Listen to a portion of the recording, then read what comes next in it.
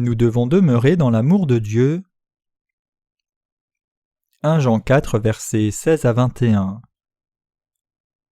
Et nous avons connu l'amour que Dieu a pour nous et nous y avons cru. Dieu est amour.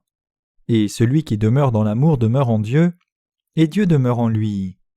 Tel il est, tel nous sommes aussi dans ce monde. C'est en cela que l'amour est parfait en nous, afin que nous ayons de l'assurance au jour du jugement. La crainte n'est pas dans l'amour, mais l'amour parfait bannit la crainte. Car la crainte suppose un châtiment et celui qui craint n'est pas parfait dans l'amour. Pour nous, nous l'aimons parce qu'il nous a aimés le premier. Si quelqu'un dit « j'aime Dieu » et qu'il haïsse son frère, c'est un menteur. Car celui qui n'aime pas son frère qu'il voit, comment peut-il aimer Dieu qu'il ne voit pas? Et nous avons de lui ce commandement, que celui qui aime Dieu aime aussi son frère. Dieu est amour. Je remercie Dieu même pour le fait que l'équipe de football nationale coréenne est allée en semi-finale de la Coupe du Monde de 2002. Cet événement était suffisant pour faire connaître notre pays dans le monde entier. Je suis sûr que cela aidera notre ministère. Je remercie vraiment Dieu pour cela et je crois que Dieu bénira chaque pas de notre ministère de plusieurs façons comme cela. Aujourd'hui, nous avons lu 1 Jean 4, versets 16 à 21. 1 Jean 4, 16 déclare « Et nous avons connu l'amour que Dieu a pour nous et nous y avons cru. Dieu est amour, et celui qui demeure dans l'amour demeure en Dieu, et Dieu demeure en lui. » Pour réitérer, il est dit « Celui qui demeure dans l'amour demeure en Dieu. » Cette phrase signifie que les gens qui savent et croient qu'ils sont délivrés des péchés du monde par l'évangile de l'eau et de l'esprit demeurent en Dieu.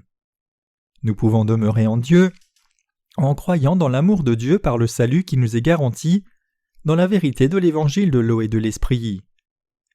Bien que tous les chrétiens soient conscients du fait que Dieu est amour, très peu savent que Dieu a montré son amour par l'évangile de l'eau et de l'esprit. De nos jours, les chrétiens savent bien que Dieu est amour. Nous voyons beaucoup d'autocollants qui disent « Dieu est amour » ou « Dieu t'aime », mais malheureusement, beaucoup de chrétiens ne sont pas conscients de la vraie substance de l'amour de Dieu. Ils deviennent émotionnels en essayant de le conceptualiser.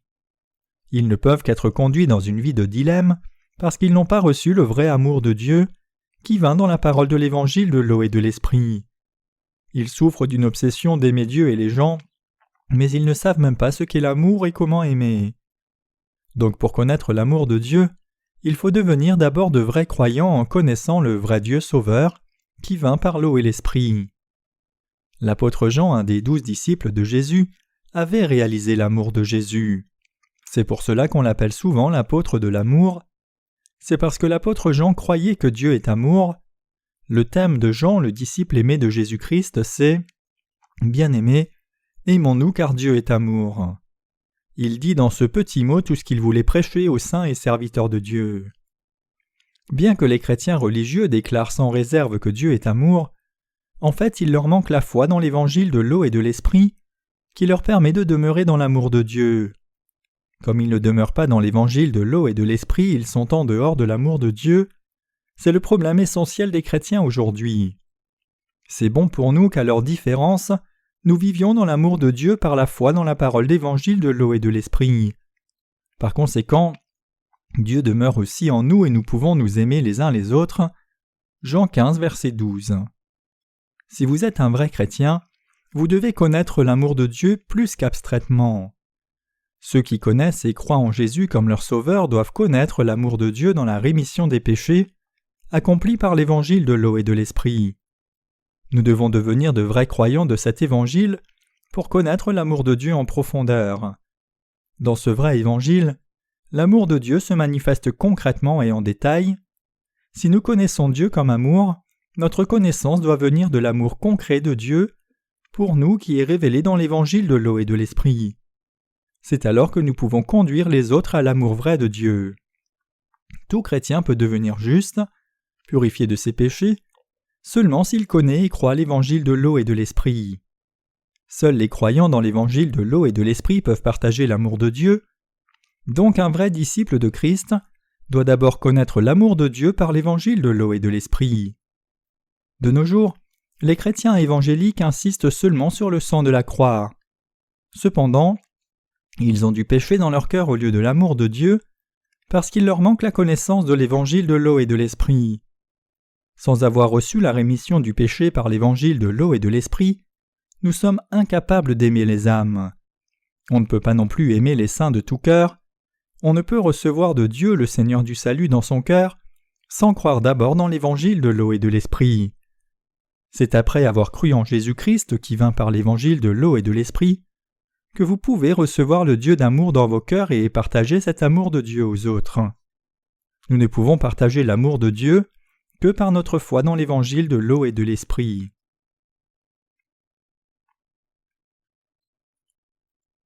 J'ai aussi pu comprendre le Dieu d'amour après que j'ai accepté le vrai évangile.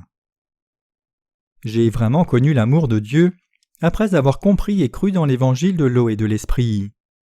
L'amour de Dieu était l'amour de la vérité, 2 Thessaloniciens 2, verset 10, qui vint à nous par l'évangile de l'eau et de l'esprit. Avant, je ne connaissais l'amour de Dieu que de façon abstraite. Je pensais que Dieu dans son amour avait accompli notre salut à la croix seulement. J'étais sous la fausse impression que j'avais compris l'amour de la vérité. Cependant, parce que mon cœur était encore plein de péchés, je ne pouvais témoigner de l'amour de Dieu par le Saint-Esprit. Je devais fabriquer un amour artificiel au lieu de partager l'amour de Dieu quand je ne connaissais que le sang de Jésus à la croix. J'agonisais dans ma situation. Mais je fus revêtu de l'amour de Dieu une fois que j'ai rencontré mon Seigneur par l'évangile de l'eau et de l'esprit. Je sentis l'amour de Dieu couler sur mon cœur. Je réalisai que Dieu s'était présenté à nous par l'amour de la vérité après avoir trouvé l'évangile de l'eau et de l'esprit. Les péchés de mon cœur étaient partis et j'étais devenu serviteur de la justice de Dieu pour avoir connu et cru l'évangile de l'eau et de l'esprit. Une chose est sûre, c'est que j'ai connu l'amour de Dieu par l'évangile de l'eau et de l'esprit. Je suis devenu un évangéliste de l'amour de Dieu après avoir reçu cet amour dans mon cœur. Le fait que je sois devenu distributeur de l'amour de Dieu est la preuve que l'évangile de l'eau et de l'esprit a tout changé en moi. Je crois que c'est le vrai témoignage de ceux qui sont nés de nouveau par ce bel évangile de l'eau et de l'esprit.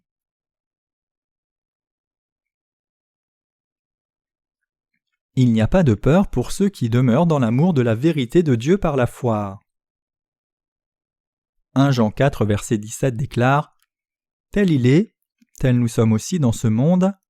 C'est en cela que l'amour est parfait en nous, afin que nous ayons de l'assurance au jour du jugement. » Ceux en qui l'amour de Dieu est parfait n'ont pas peur du jour du jugement de Dieu, parce qu'ils ont cru dans l'évangile de l'eau et de l'esprit. Comme le Seigneur sera fort au jour du jugement, ceux qui ont revêtu l'amour de Dieu doivent aussi être forts ce jour-là. Lisons 1 Jean 4, verset 18 tous ensemble.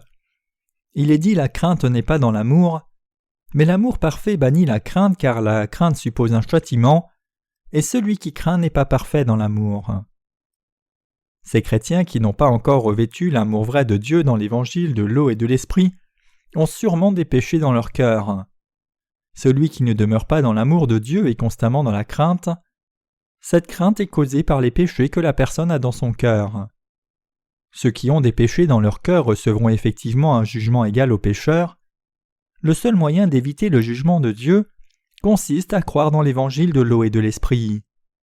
Savoir si quelqu'un a vraiment reçu la rémission des péchés devant Dieu devient un sujet important. Si nous ne recevons pas la rémission des péchés par l'évangile de l'eau et de l'esprit, notre âme périra éternellement. Il n'y a pas de crainte dans le cœur d'une personne qui est dans l'amour de Dieu par l'évangile de l'eau et de l'esprit. Plutôt, un cœur reconnaissant jaillit devant Dieu. Par contre, une personne qui n'est pas dans l'amour de l'évangile de l'eau et de l'esprit a de la crainte dans son cœur. Ainsi, nous devons réaliser que si quelqu'un a de la crainte de Dieu dans son cœur, il n'est pas encore sauvé de tous ses péchés. Maintenant, nous avons réalisé quelque chose de l'amour de Dieu pour nous. Dieu nous a aimés par l'évangile de l'eau et de l'esprit. Notre Seigneur est venu sur terre et a pris les péchés du monde une fois pour toutes en recevant le baptême de Jean-Baptiste, et il expia tous les péchés en prenant le jugement à la croix et ressuscitant des morts. Dieu a fait de nous ses enfants en nous donnant l'évangile de l'eau et de l'esprit. À quoi ressemble le cœur d'un incroyant par rapport à l'évangile de l'eau et de l'esprit? Il vit dans la crainte de Dieu parce que les péchés de son cœur ne sont pas ôtés, et le jugement conséquent de ses péchés les attend. Cependant, ceux qui croient dans l'évangile de l'eau et de l'esprit n'ont pas à craindre Dieu, parce qu'ils ont reçu la rémission des péchés par la puissance de l'évangile et ont revêtu l'amour de Dieu. Ils consacrent plutôt leur vie à répandre l'amour de Dieu, parce que leur intimité avec Dieu est intense. Il serait étrange qu'un chien craigne son maître. Il est naturel de s'attendre à ce qu'un chien aimé de son maître soit loyal. Mon chien à la maison aboie devant les étrangers. Comme le suggère l'illustration, il garde des étrangers mais non de son maître. Le maître est l'objet d'intimité. Pourquoi aurions-nous peur de Dieu quand Dieu nous a couverts de son amour? Nous craignons Dieu parce qu'il a du péché en nous. Celui qui a peur de Dieu n'a pas encore reçu la rémission des péchés devant Dieu. Une telle personne ne croit pas dans l'évangile de l'eau et de l'esprit. Une telle personne n'a pas reçu le vrai salut qui est dans l'évangile de l'eau et de l'esprit. Ils disent qu'ils sont sauvés en croyant en Jésus-Christ par des doctrines humaines du christianisme, au lieu de l'évangile de l'eau et de l'esprit.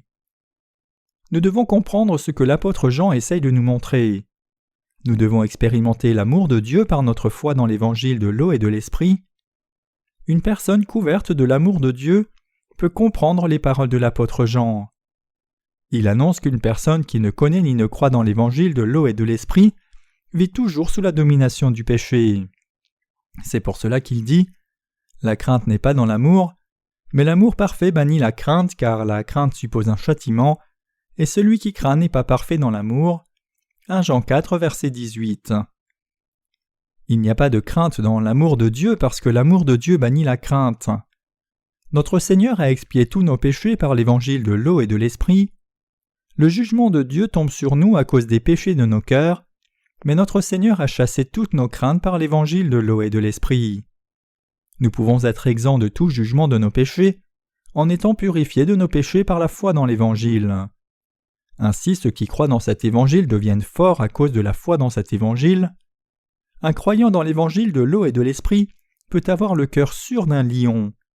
Dans le passé, nous avions peur même du bruit d'un tonnerre. Cependant, un juste sans péché n'a pas peur, comme le Saint-Esprit témoigne au juste. Le méchant fuit quand personne ne le poursuit, mais le juste est fort comme un lion. Proverbe 28, verset 1. Indépendamment de la justice de Dieu dans son jugement pour nos péchés, nous qui avons cru en l'évangile de l'eau et de l'esprit n'avons pas à craindre la colère de Dieu. Ceci parce que l'amour parfait de Dieu a écarté toutes nos craintes de nos cœurs. Toute peur est causée par anticipation de jugement. Quiconque ne croit pas dans l'évangile de l'eau et de l'esprit sera jugé par Dieu. Cependant, celui qui croit vraiment dans la vérité de l'évangile de l'eau et de l'esprit n'a pas peur du jugement de Dieu parce que cette personne demeure dans l'amour de Dieu. 1 Jean 4, verset 19 déclare « Nous l'aimons parce qu'il nous a aimés le premier. » Dieu nous a-t-il aimés le premier ou nous? C'est parce que Dieu nous a aimés le premier par la vérité de l'évangile de l'eau et de l'esprit que nous sommes sauvés de tous nos péchés. Nous avons été couverts de l'amour de Dieu par notre foi dans l'évangile de l'eau et de l'esprit. Que se serait-il passé si Dieu ne nous avait pas aimés par l'amour de la vérité, qui est l'évangile de l'eau et de l'esprit? Que nous arriverait-il si l'évangile de l'eau et de l'esprit n'était pas la vérité? Il n'y aurait alors aucun moyen pour nous de vivre sans péché. Cependant, nous sommes couverts par l'amour de Dieu, par notre foi dans l'évangile de l'eau et de l'esprit. Dieu nous a adoptés comme ses enfants en nous rendant sans péché par la vérité de l'évangile de l'eau et de l'esprit. Dieu nous a couverts de son amour sans fin, nous amenant à être ses ouvriers justes sur cette terre. 1 Jean 4, verset 20 continue en disant « Si quelqu'un dit « J'aime Dieu » et qu'il haïsse son frère, c'est un menteur. Car celui qui n'aime pas son frère qu'il voit, comment peut-il aimer Dieu qu'il ne voit pas ?» Un croyant dans l'évangile de l'eau et de l'esprit aime ceux qui ont beaucoup de défauts. Ceux qui sont nés de nouveau récemment par l'évangile de l'eau et de l'esprit critiquent parfois les seniors et les mentors dans la foi. Cependant, quand quelqu'un mûrit spirituellement, il en vient à aimer tout le monde en Christ, peu importe ses affinités. Une personne couverte de l'amour de Dieu pratique l'amour, qui est différent de celui de deux sexes opposés. Dieu est amour. L'amour de Dieu est agapé. Cet amour agapé que Dieu déverse sur nous est un sacrifice absolu et inconditionnel qui n'attend rien en retour. Les premiers doivent servir les derniers dans l'Église de Dieu.